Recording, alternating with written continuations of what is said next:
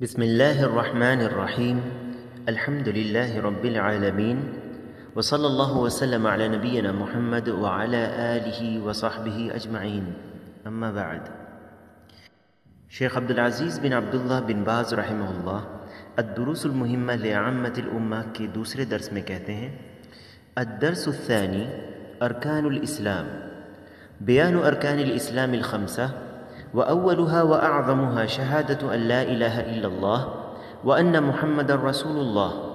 بشرح معانيها مع بيان شروط لا إله إلا الله ومعناها لا إله نافيا جميع ما يعبد من دون الله إلا الله مثبتا العبادة لله وحده لا شريك له۔ یعنی دوسرا درس اسلام کے 5 ارکان کو بیان کیا جائے، جن میں سب سے پہلا اور سب سے عظیم رکن لا الہ الا اللہ محمد الرسول اللہ کی گواہی ہے۔ اس کے معنی کی شرح کی جائے اور لا الہ الا اللہ کی شرطوں کو بیان کیا جائے، اور اس کے معنی کو اس طرح بیان کیا جائے کہ لا الہ میں تمام چیزیں جن کی عبادت اللہ کے سوا کی جاتی ہے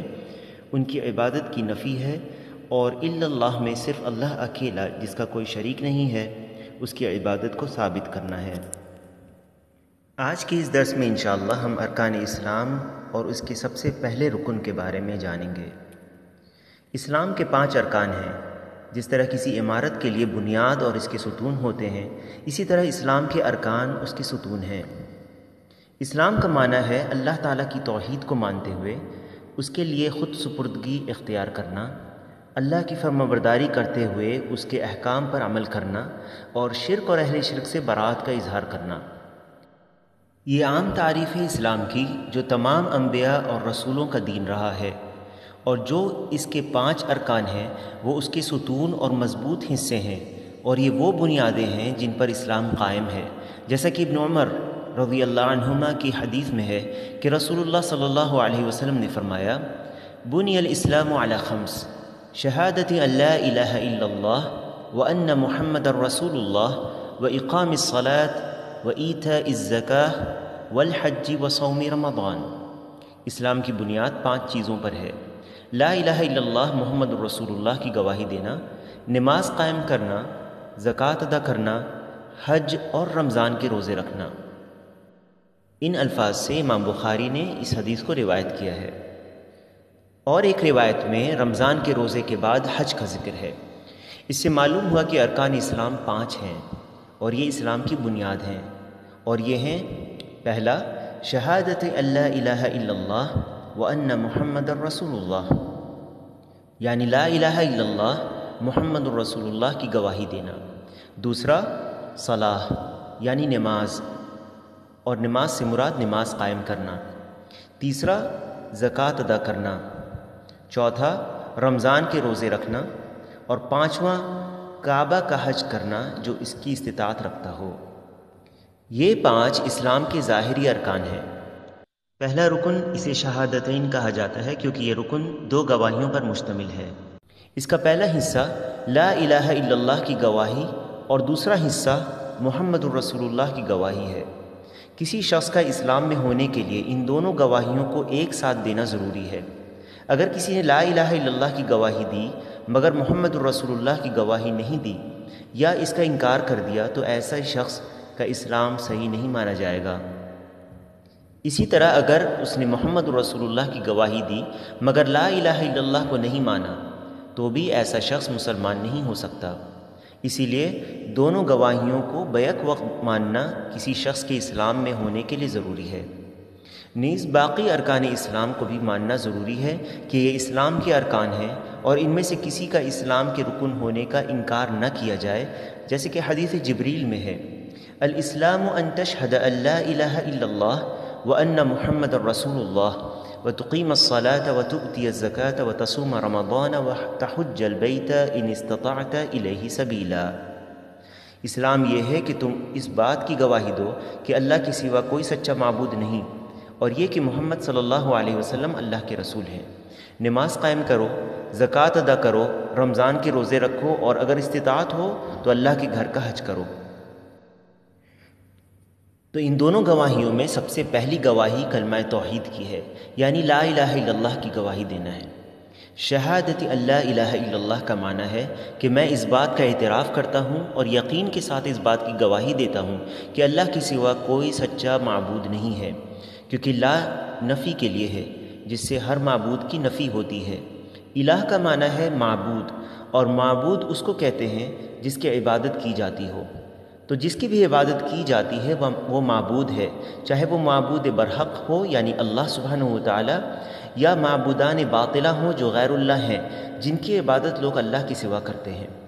لہٰذا اس کلمہ توحید کے پہلے حصے میں تمام معبودان باطلہ کی عبادت کا انکار ہے، اور یہی معنی ہے لا الہ کا۔ پھر الا اللہ یعنی سوائے اللہ کے، اس حصے میں اقرار اور اثبات ہے صرف اللہ کی عبادت کا۔ تو جب تم لا الہ الا اللہ کہتے ہو تو اس کا معنی ہے کہ تم کہہ رہے ہو کہ کوئی معبود برحق نہیں، کوئی سچا معبود نہیں ہے سوائے اللہ کے، اور جب تم کہتے ہو اشہد ان لا الہ الا اللہ تو تم اس بات کی گواہی دے رہے ہو کہ تم کسی کو لائق عبادت اور پرستش نہیں سمجھتے سوائے اللہ تعالیٰ کے، اور جن کی بھی عبادت اللہ کے سوا لوگ کرتے ہیں وہ باطل ہے، کیونکہ اللہ تعالیٰ کا فرمان ہے ذَلِكَ بِأَنَّ اللَّهَ هُوَ الْحَقُّ وَأَنَّ مَا يَدْعُونَ مِن دُونِهِ هُوَ الْبَاطِلُ وَأَنَّ اللَّهَ هُوَ الْعَلِيُّ الْكَبِيرُ،